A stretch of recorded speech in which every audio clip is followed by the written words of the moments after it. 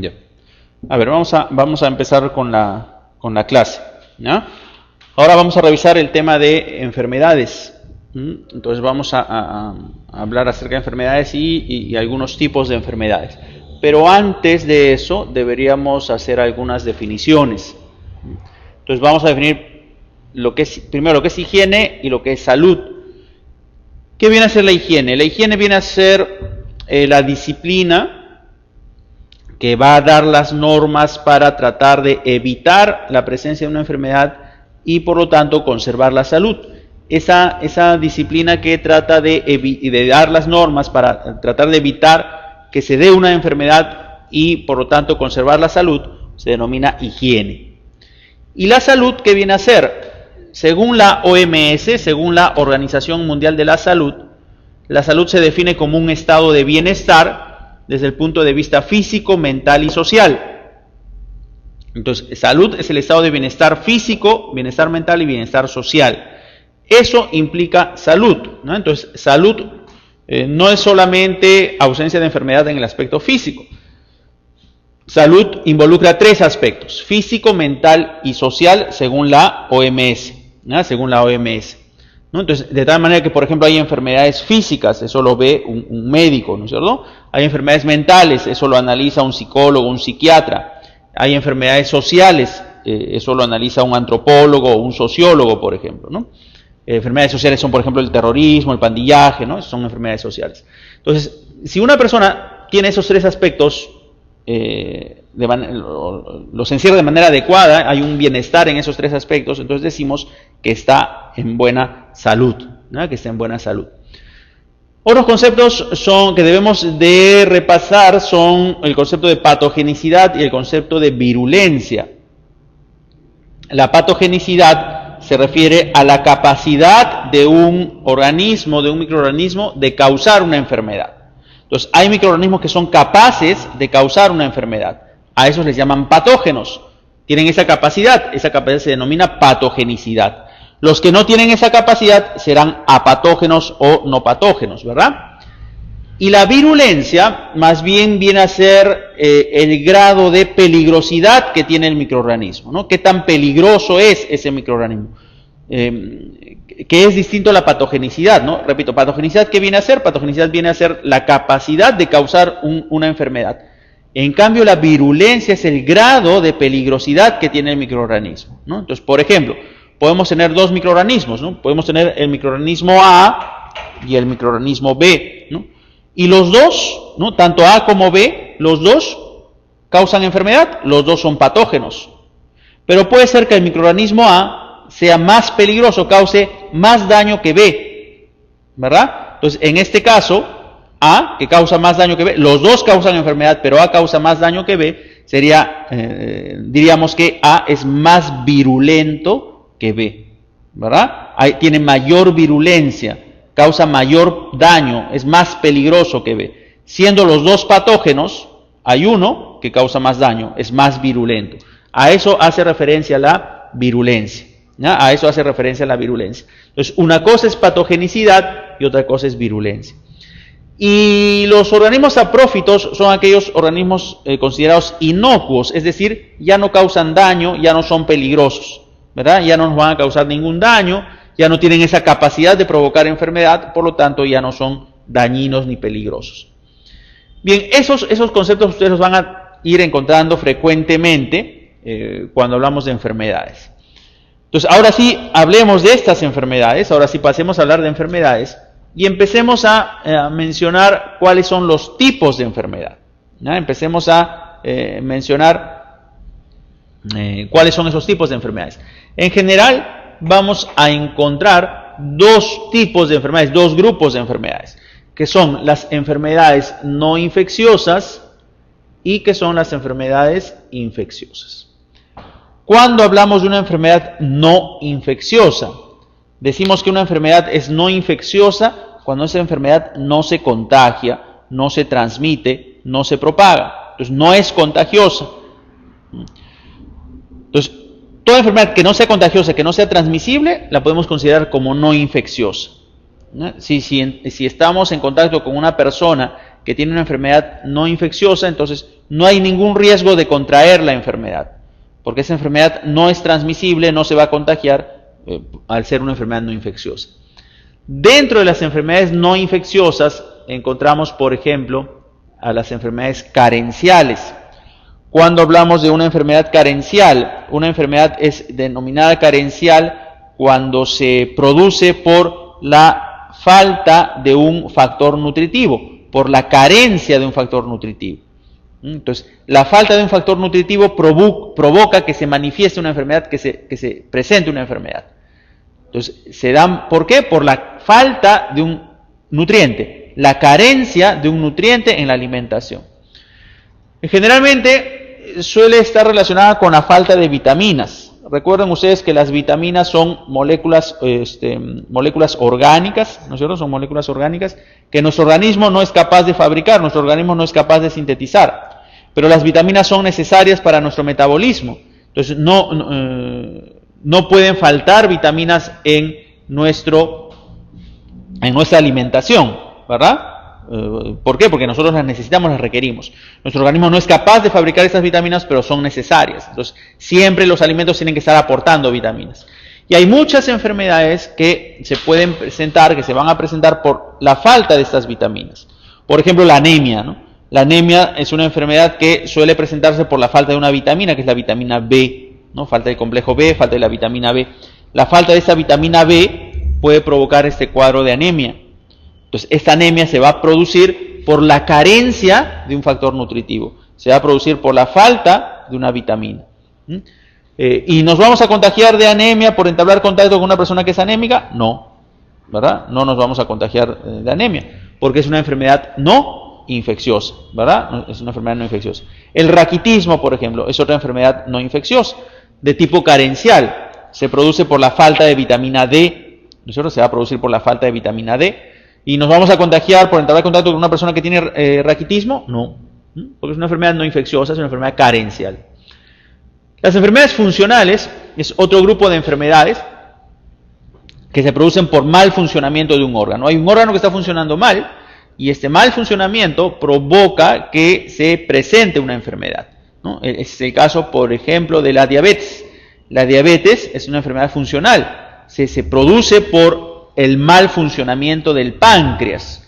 El páncreas está funcionando mal, al funcionar mal no está sintetizando insulina, no está produciendo insulina o la cantidad de insulina es insuficiente, entonces no se está metabolizando la glucosa. Al no metabolizarse la glucosa se produce este cuadro llamado diabetes. Se produce este cuadro denominado diabetes. Entonces, en el caso de la diabetes, por ejemplo, estamos hablando de una enfermedad funcional, hay un órgano que está funcionando mal, por ejemplo el páncreas. ¿Y nos vamos a contagiar de diabetes por entablar contacto con una persona diabética? No, porque es una enfermedad no infecciosa, ¿verdad? Porque es una enfermedad no infecciosa.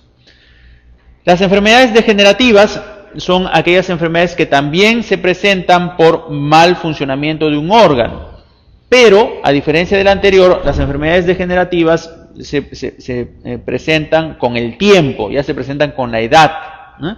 Entonces el órgano empieza a funcionar mal, pero este mal funcionamiento ya se va a dar con la edad, con el tiempo, ¿no? Por ejemplo, la cirrosis, por ejemplo, la arteriosclerosis, ¿verdad? Son enfermedades degenerativas, ¿no es cierto? Se van a dar, se van a presentar por mal funcionamiento, pero ya es por desgaste del órgano, ¿no? Ya se da con el tiempo. Luego tienes las enfermedades ocupacionales. Decimos que una enfermedad es ocupacional cuando se presenta según la actividad del individuo. Entonces es una enfermedad relacionada con la ocupación del individuo, con la actividad del individuo. Por ejemplo, el saturnismo. El saturnismo se presenta en los mineros cuando están en contacto con el plomo. Entonces, ¿todos podemos tener saturnismo? No, solamente aquellas personas que han estado en contacto constante con el plomo, como en el caso de los mineros. Y ellos han estado en contacto con el plomo por su actividad, por su ocupación, por su trabajo. Es una enfermedad ocupacional. Nosotros es una enfermedad ocupacional. Y luego tienen las enfermedades congénitas. ¿Cuándo decimos que una enfermedad es congénita? Cuando la enfermedad se presenta desde el nacimiento. En realidad, el término congénito está relacionado con características que se dan desde el nacimiento. ¿no? Congénito está relacionado con aquellas características que se dan desde el nacimiento. Por ejemplo, ¿no? Si hablamos en general, nosotros podemos tener lunares congénitos, lunares con los cuales nosotros hemos nacido, que son distintos a los lunares que aparecen ya por el sol, por la radiación, durante el verano, ¿no? Pueden aparecer lunares y pecas, pero eso aparecen con los años, con la edad, con el tiempo, ¿no? O por la radiación, según estemos sometidos constantemente a la radiación solar o no. Pero esos lunares aparecen. En cambio, hay lunares con los cuales nosotros nacemos, es congénito. Entonces, hay enfermedades, ¿no es cierto? Hay enfermedades que son congénitas, enfermedades con las cuales uno nace. Estas enfermedades congénitas pueden ser hereditarias, como no hereditarias. Por ejemplo, la hemofilia. La hemofilia es una enfermedad hereditaria, eso lo vimos cuando hicimos genética. Se hereda, ¿no es cierto? Se hereda vía un gen. Pero además es una enfermedad congénita. ¿Por qué? Porque la criaturita ya nace con hemofilia. No es que la hemofilia la contraiga después o que la hemofilia aparezca con los años, no. La criaturita desde que nace es hemofílica. Entonces es una enfermedad hereditaria, pero también es congénita. Pero hay otros cuadros clínicos que no son hereditarios, pero sí son congénitos. Por ejemplo, el labio leporino. El labio leporino se caracteriza ¿por qué? Porque hay una fisura, ¿no es cierto?, en el paladar superior, en el maxilar superior y en el labio superior, ¿no? Entonces hay una fisura, hay una abertura. Eso se da ¿por qué? Frecuentemente se da porque la madre durante la gestación ha estado consumiendo algunos fármacos que no son adecuados si la mujer está embarazada, o ha estado en contacto con plaguicidas o agentes químicos, o ha habido una alteración en el desarrollo embrionario. Entonces la criaturita nace con el labio leporino, nace con esa malformación que es congénita, ya nace con ello, ¿verdad? Pero no es hereditario, ¿no? Entonces hay cuadros clínicos que, siendo congénitos, pueden ser hereditarios como no. ¿Y nos vamos a contagiar de hemofilia por entrar en contacto con una persona hemofílica? No, pues, ¿no? Porque es una enfermedad no infecciosa. Entonces, estas son enfermedades no infecciosas. Ninguna de estas se contagia, ninguna de estas se propaga, ¿no es cierto? Son enfermedades no infecciosas. A diferencia de las enfermedades infecciosas, las enfermedades infecciosas son aquellas enfermedades que sí se contagian, sí se propagan, sí se pueden transmitir de una persona a otra. ¿Por qué? Porque suelen estar ocasionadas por microorganismos patógenos. Hay microorganismos que son causantes de estas enfermedades, entonces el microorganismo puede migrar de una persona a otra, se puede transmitir, se puede propagar. Son enfermedades transmisibles, ¿verdad? Son enfermedades contagiosas, las infecciosas. Quien dio las pautas para tratar de entender y comprender a las enfermedades infecciosas fue Koch, Roberto Koch. Koch plantea sus postulados, los llamados postulados de Koch, y estos postulados los plantea en la denominada teoría microbiana de la enfermedad.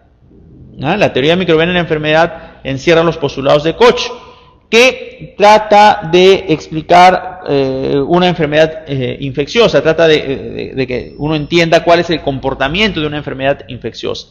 Pero esta teoría microbiana de la enfermedad solamente se cumple para las enfermedades infecciosas. Si a ti te dicen, toda enfermedad cumple con los postulados de Koch, falso. ¿Toda enfermedad? No, pues. Las no infecciosas no. Es solamente para las infecciosas. Por eso es teoría microbiana de la enfermedad. Enfermedades causadas por microorganismos. Estos postulados son 4. ¿Ya? Hay 4 postulados que menciona Koch. ¿Ya? Son 4 postulados que menciona Koch. ¿Cuál es el primer postulado? El primer postulado indica que si se trata de una enfermedad infecciosa, ¿no? Si se trata de una enfermedad infecciosa, la persona que está enferma, ¿no? La persona que está enferma debe contener el microorganismo patógeno, ¿no? Entonces, esa persona enferma, si tiene una enfermedad infecciosa, ¿no? Si tiene una enfermedad infecciosa, entonces debe presentar el microorganismo patógeno. Toda persona enferma que está aquejada por una enfermedad infecciosa debería mantener o debería presentar ese microorganismo patógeno, ¿no? Entonces, el primer postulado indica que toda persona enferma, ¿no es cierto?, debe presentar el microorganismo patógeno. Primer postulado. Siempre y cuando la enfermedad sea infecciosa. El segundo postulado, ¿qué dice? El segundo postulado menciona que de esta persona enferma se puede obtener una muestra, ¿no? Se puede obtener una muestra. Y de esa muestra obtener el microorganismo patógeno. Ese microorganismo patógeno debe mantenerse puro en el laboratorio. Ese microorganismo patógeno se puede cultivar y mantener en estado de pureza en el laboratorio. Segundo postulado. Entonces, el segundo postulado, ¿qué dice? Que de la persona enferma se puede obtener una muestra y es de esa muestra obtener el microorganismo patógeno y mantenerlo en estado puro en el laboratorio. Segundo postulado. ¿No? Segundo postulado. Y eso es lo que hacen generalmente, ¿no? Por ejemplo, si se quiere determinar si una persona tiene infección urinaria, ¿qué muestra te piden? Orina. Esa muestra de orina, ¿a dónde se va? Al laboratorio del hospital o de la clínica, ¿no es cierto? Y de esa muestra de orina se va a obtener a la bacteria, al hongo, al parásito que causa la infección y lo van a tratar de mantener en el laboratorio en estado de pureza. Segundo postulado. El tercer postulado menciona que ese microorganismo que se mantiene puro debe ser inoculado en un animalito de experimentación, ¿no? Debe ser inoculado en un animalito de laboratorio. Y ese animalito debe manifestar la enfermedad, ¿no? Entonces, al inocularse a un animal de laboratorio, ese animal de laboratorio debe manifestar la enfermedad. Tercer postulado. Entonces, el tercer postulado dice, se inocula el microorganismo patógeno en un animalito y ese animal debe manifestar la enfermedad, ¿no? Y el cuarto postulado que indica, que tanto las personas enfermas como los animales inoculados deben desarrollar defensas. Esas defensas son los anticuerpos, ¿no? Entonces, como mecanismo de defensa, tanto las personas enfermas como los animales inoculados deben desarrollar defensas. Esas defensas son los anticuerpos. Y los anticuerpos son la base de las vacunas, ¿verdad? Las vacunas se obtienen a partir de anticuerpos. Entonces, este es el cuarto postulado. Esos son los 4 postulados de Koch, que son la base de la teoría microbiana de la enfermedad. Esto es válido solamente para enfermedades infecciosas. Para cualquier tipo de enfermedad, no, solamente para enfermedades infecciosas. Ahora, hay excepciones, ¿no? ¿Cuáles son esas excepciones? Por ejemplo, dentro de las enfermedades infecciosas, una de esas excepciones es la lepra. La lepra es causada por un bacilo, el bacilo de Hansen. Este bacilo, que es causante de la lepra, obviamente va a estar presente en las personas que presentan lepra, ¿no? Toda persona que tiene lepra va a contener el bacilo. De esta persona se puede obtener la muestra para obtener el bacilo, pero ¿qué ocurre? Que este bacilo no ha logrado aún cultivarse en el laboratorio. No sobrevive en condiciones de laboratorio. Entonces, no se logra mantener este bacilo en el laboratorio. Entonces, para la lepra no se cumple el segundo postulado, ¿no? Entonces, no se está cumpliendo todos los postulados para el caso de la lepra. Es una excepción. Después, en el resto de enfermedades infecciosas, sí se cumplen los postulados de Koch o teoría microbiana de la enfermedad. Ojo, vuelvo a insistir, solamente se cumple para enfermedades infecciosas. Bien, ahora vamos a hablar de estas enfermedades infecciosas. Ya vamos a hablar acerca de estas enfermedades infecciosas. Y vamos a empezar a mencionar las etapas de una enfermedad infecciosa, ¿no? ¿Cuáles son esas etapas de la enfermedad infecciosa? Toda enfermedad infecciosa, ¿no? Presenta 3 etapas, ¿no? Presenta 3 etapas. ¿Cuáles son esas 3 etapas? La incubación, el desarrollo y la convalecencia, ¿no? Entonces, toda enfermedad infecciosa presenta 3 etapas, ¿no?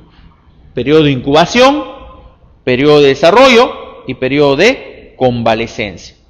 ¿Cuándo decimos que estamos frente al periodo de incubación? El periodo de incubación comprende desde el ingreso del agente patógeno hasta que aparecen los primeros síntomas. Entonces, desde que ingresa el agente patógeno a nuestro organismo hasta que aparecen los primeros síntomas, todo ese periodo es el periodo de incubación, que pueden ser horas, días, semanas, meses, incluso años. Ese periodo es el periodo de incubación. Durante ese periodo, el microorganismo se puede quedar en estado de latencia y luego puede multiplicarse, empezar a reproducirse. pero en este periodo no hay síntomas de la enfermedad. ¿Ya? Es un periodo en el cual no existen signos ni síntomas de la enfermedad. Ese periodo es el periodo de incubación. Cuando ya aparecen los síntomas, ya hablamos de la etapa de desarrollo. ¿Ya? Cuando ya aparecen los síntomas, ya estamos en la etapa de desarrollo. Ya aparecen síntomas y signos característicos de la enfermedad. Entonces, como ya hay síntomas, en este periodo se puede dar un diagnóstico y se puede dar un tratamiento. El diagnóstico obviamente se da cuando uno observa síntomas. Si no hay síntomas no puedes diagnosticar, ¿verdad? Entonces, en este periodo de desarrollo, que es cuando se manifiestan los síntomas y signos característicos, ya se puede dar un diagnóstico y tratamiento. Y durante este periodo el sistema inmunológico está actuando. El sistema inmunológico está actuando para contrarrestar la infección. Si el sistema inmune logra vencer, entonces pasamos al tercer periodo, que es el periodo de convalecencia. Este periodo es un periodo de recuperación del individuo. El individuo se empieza a recuperar. Entonces, como el sistema inmunológico ha logrado vencer la infección, entonces el individuo se está recuperando, está empezando a recuperarse. Es el periodo de convalecencia. Esas son las tres etapas, ¿ya? Esas son las tres etapas por las cuales atraviesa una enfermedad. Incubación, desarrollo y convalecencia. Ahora, lógico, ¿no? Si una enfermedad es mortal, ¿cuál de los periodos no se va a presentar? La convalecencia, ¿verdad? Porque si la enfermedad es mortal, habrá incubación, habrá desarrollo, pero luego sobreviene la muerte, ¿verdad? Luego sobreviene la muerte. No hay convalecencia. Por ejemplo, el SIDA, ¿no? El SIDA es un cuadro mortal. Entonces, habrá un periodo de incubación, ¿no? Que es cuando la persona es asintomática, ¿no es cierto? Luego ya hay síntomas, entonces está el periodo de desarrollo. Y bien sabemos que lamentablemente esas personas van a morir. Se produce la muerte, no hay periodo de convalecencia. Entonces, cuando la enfermedad es mortal, no existe el periodo de convalecencia, ¿no? Sí hay la etapa de incubación y la etapa de desarrollo. Esas son las etapas de una enfermedad. Luego tienes las formas de transmisión de una enfermedad. ¿Ah? Las formas de transmisión de una enfermedad. Hay tres formas de transmisión de una enfermedad. ¿Ah? ¿Cómo se transmite esa enfermedad? Una forma de transmisión es la transmisión directa. Cuando decimos que la enfermedad tiene una transmisión directa, cuando esto se produce de persona a persona, por contacto con la persona. Se produce cuando hablamos con la persona, porque cuando hablamos la persona puede toser o estornudar. Se produce por darle la mano, por darle un beso, por abrazarlo, por tener contacto sexual. Cuando hay un contacto con la persona, la transmisión es directa. ¿No? Cuando hay un contacto con la persona. Entonces decimos que esa transmisión es directa. Pero si ya hay un intermediario, entonces en ese caso la transmisión es directa. Diremos que es indirecta ¿cuándo? Cuando hay un objeto de por medio, un utensilio, ¿no? Objetos, utensilios, bebidas, alimentos, ropa, ¿no? Vectores, ahí decimos que es indirecta. ¿No? Entonces acuérdate, directa es de persona a persona. ¿No? Indirecta es cuando ya hay un intermediario. ¿No? Esa corrección tendrían que hacerla en el libro, ¿no? en la versión anterior, ¿no? En la que ha salido actualmente me parece que ya está corregido, pero en la anterior, por ejemplo, dice directa es por contacto con la persona o por objetos contaminados, utensilios. Eso no es así, ¿no? Objetos, utensilios contaminados, eso es indirecta, ¿ya? Eso es indirecta, ¿no? Entonces, ¿cuándo decimos que es directa? Si la transmisión es por contacto con la persona, ¿no? Yo le doy la mano a la persona, le doy un beso, le doy un abrazo o entablo una conversación, la persona estornuda o tose, ¿no? O contacto sexual, eso es directo. Pero si para transmitir la enfermedad hay un intermediario, ese intermediario puede ser un objeto contaminado que ha sido tocado por una persona infectada, puede ser un utensilio, puede ser ropa, ¿no? Cuando se comparte la ropa, pueden ser bebidas, pueden ser alimentos o pueden ser vectores. Recuerden que los vectores, ¿qué cosas son vectores? Eso lo vimos cuando hicimos animales. Un vector es un insecto que se encarga de transportar al patógeno, ¿no es cierto? Entonces, cuando hay esos elementos de por medio, la transmisión es indirecta. ¿Ya? Ahí se dice que la transmisión es indirecta. Y la zoonosis es un tipo muy particular de transmisión. Es cuando la enfermedad está presente en los animales. Y del animal la enfermedad que está en el animal va a pasar al humano. Entonces, es una enfermedad que está presente en los animales, pero puede pasar al ser humano. Por ejemplo, la rabia. La rabia es una enfermedad que está presente en los animales, pero puede pasar al ser humano. Es una zoonosis, ¿no? Es una transmisión por zoonosis, ¿no? Entonces, las formas de transmisión pueden ser directa, indirecta o por zoonosis, ¿no? Directa, indirecta o por zoonosis. Y luego tienes las vías de infección, las vías infecciosas. La forma de transmisión se refiere a cómo llega el microorganismo patógeno a nosotros, ¿no es cierto? Llega de manera directa, de manera indirecta o por zoonosis. La vía de infección hace referencia a por dónde ingresa el microorganismo patógeno a nuestro cuerpo, ¿verdad? ¿Cuál es su vía de ingreso? Entonces, ¿por dónde ingresa? Puede hacer su ingreso por una vía digestiva o llamada también vía oral. Esto es cuando ingresa obviamente con los alimentos, ¿verdad? Está ingresando por la vía digestiva. Entonces, enfermedades que tienen su vía de infección digestiva, la disenteria, la tifoidea, el cólera, la teniosis, por ejemplo. Vía respiratoria, cuando respiramos, cuando inhalamos, la gripe, la tos, el sarampión, la tuberculosis.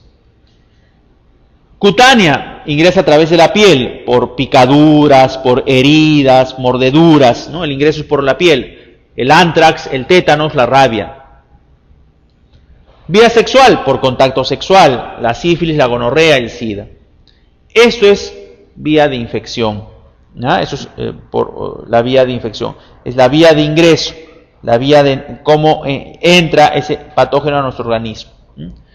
Entonces, para cada enfermedad nosotros debemos de reconocer su vía de infección y su forma de transmisión, ¿no? ¿Cuál es su forma de transmisión y cuál es su vía de infección? Cada enfermedad tiene su vía de infección y su forma de transmisión. Por ejemplo, ¿no? Por ejemplo, la malaria o paludismo. ¿Quién causa la malaria? La malaria es causada por un protozoario que es el Plasmodium. Pero para transmitirse requiere de un vector. Ese vector es un mosquito, es el anófeles. ¿El anófeles causa la malaria? No, quien causa la malaria es el Plasmodium. Pero para transmitirse requiere un vector. Entonces mira, quien causa es el Plasmodium, pero requiere un vector. Según esto, ¿cuál será la forma de transmisión de la malaria? ¿Directa, indirecta o zoonosis? La malaria la causa el Plasmodium, pero para transmitirse requiere de un insecto que es el vector. Entonces, ¿cuál será su forma de transmisión? ¿Directa, indirecta o por zoonosis? Su forma de transmisión es directa. ¿Por qué? Porque se está transmitiendo vía un vector, ¿verdad? Entonces, como hay un vector que es el responsable de la transmisión, decimos que esa transmisión es indirecta, ¿no? Decimos que esa transmisión es indirecta, porque hay un vector, ¿no? Entonces, como hay un vector, esa transmisión es indirecta. ¿Y cuál sería su vía de infección? Ingresa por picadura del vector, entonces su vía de infección es cutánea, ¿verdad? Su vía de infección es cutánea, ¿no? Entonces, para cada enfermedad uno tiene que reconocer su vía de infección y su forma de transmisión. Ahora, hay enfermedades, eso sí, hay enfermedades que tienen más de una forma de transmisión. Por ejemplo, la gripe. La gripe se puede transmitir directamente, es decir, por entablar contacto con una persona que está enferma. Pero también se puede transmitir de manera indirecta. Si hay utensilios que han sido cogidos por esas personas y luego nosotros lo cogemos. O cuando compartimos prendas, ¿verdad? También se puede transmitir de manera indirecta. Entonces, algunas enfermedades tienen más de una forma de transmisión, ¿no? Pero cada enfermedad tiene su forma de transmisión y su vía de infección, ¿no? Y su vía de infección. Bien, eso es entonces en cuanto a etapas, formas de transmisión y vías de infección de una enfermedad infecciosa. Entonces, ahora vamos a mencionar algunos ejemplos de algunas enfermedades infecciosas. Enfermedades causadas por virus, enfermedades causadas por bacterias, enfermedades causadas por hongos y enfermedades causadas por parásitos, ¿no? Entonces, vamos ahora a hacer esa mención de enfermedades virales, bacterianas, micóticas y parasitarias. ¿Me puedo salir? Sí.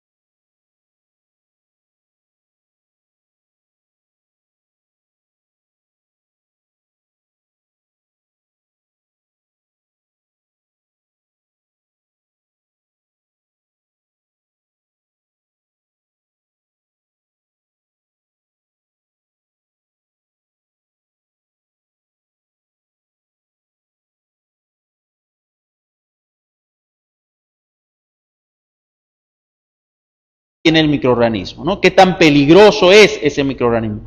Que es distinto a la patogenicidad, ¿no? Repito, patogenicidad, ¿qué viene a ser? Patogenicidad viene a ser la capacidad de causar una enfermedad. En cambio, la virulencia es el grado de peligrosidad que tiene el microorganismo, ¿no? Entonces, por ejemplo, podemos tener dos microorganismos, ¿no? Podemos tener el microorganismo A y el microorganismo B, ¿no? Y los dos, ¿no? Tanto A como B, los dos causan enfermedad, los dos son patógenos.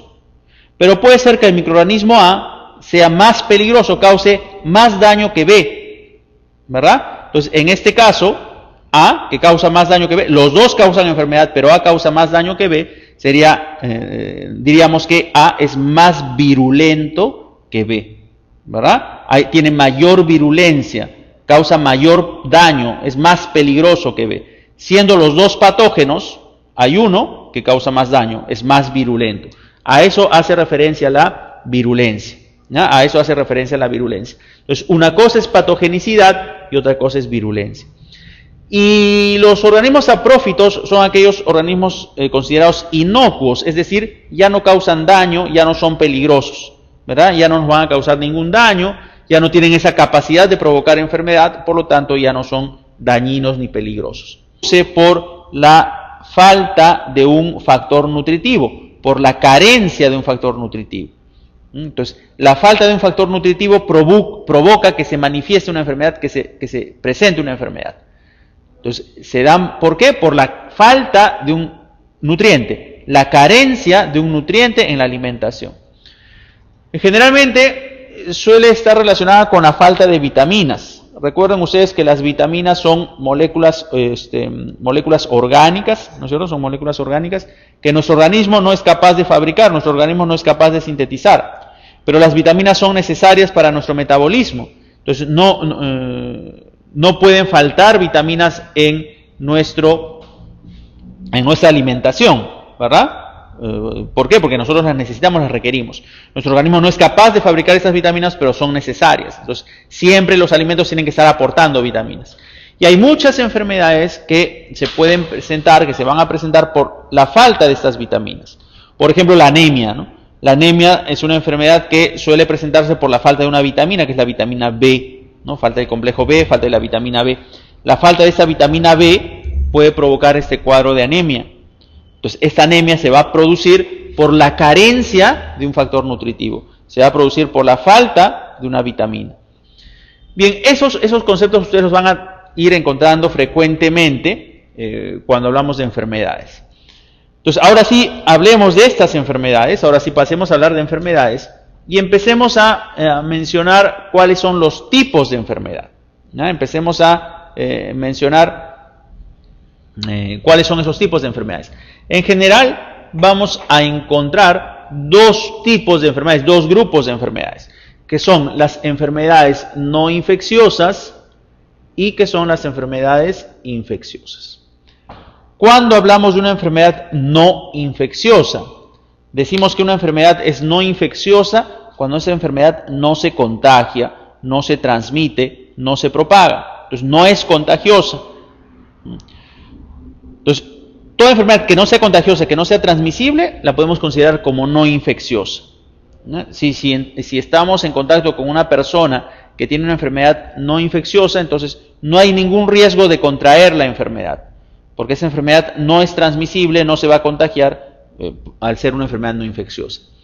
Dentro de las enfermedades no infecciosas encontramos, por ejemplo, a las enfermedades carenciales. Cuando hablamos de una enfermedad carencial, una enfermedad es denominada carencial cuando se produce. Eso implica salud, ¿no? Entonces, salud no es solamente ausencia de enfermedad en el aspecto físico.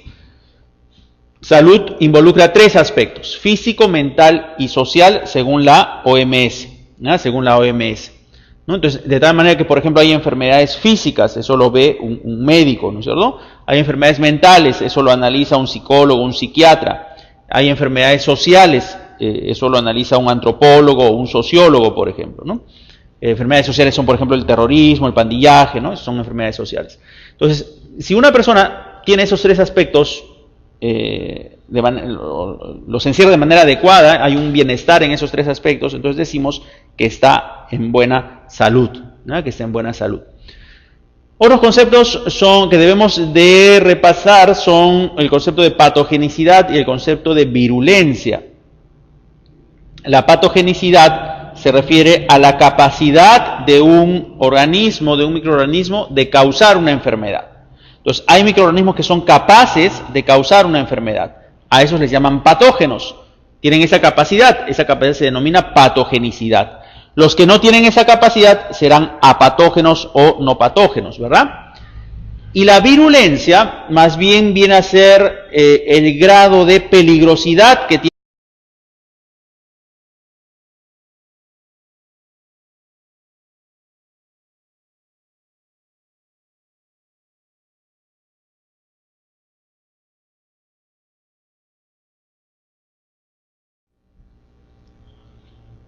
Ya. A ver, vamos a empezar con la clase, ¿no? Ahora vamos a revisar el tema de enfermedades. Entonces vamos a hablar acerca de enfermedades y algunos tipos de enfermedades. Pero antes de eso deberíamos hacer algunas definiciones. Entonces vamos a definir primero lo que es higiene y lo que es salud. ¿Qué viene a ser la higiene? La higiene viene a ser la disciplina que va a dar las normas para tratar de evitar la presencia de una enfermedad y por lo tanto conservar la salud. Esa disciplina que trata de dar las normas para tratar de evitar que se dé una enfermedad y por lo tanto conservar la salud se denomina higiene. ¿Y la salud qué viene a ser? Según la OMS, según la Organización Mundial de la Salud se define como un estado de bienestar desde el punto de vista físico, mental y social. Entonces, salud es el estado de bienestar físico, bienestar mental y bienestar social.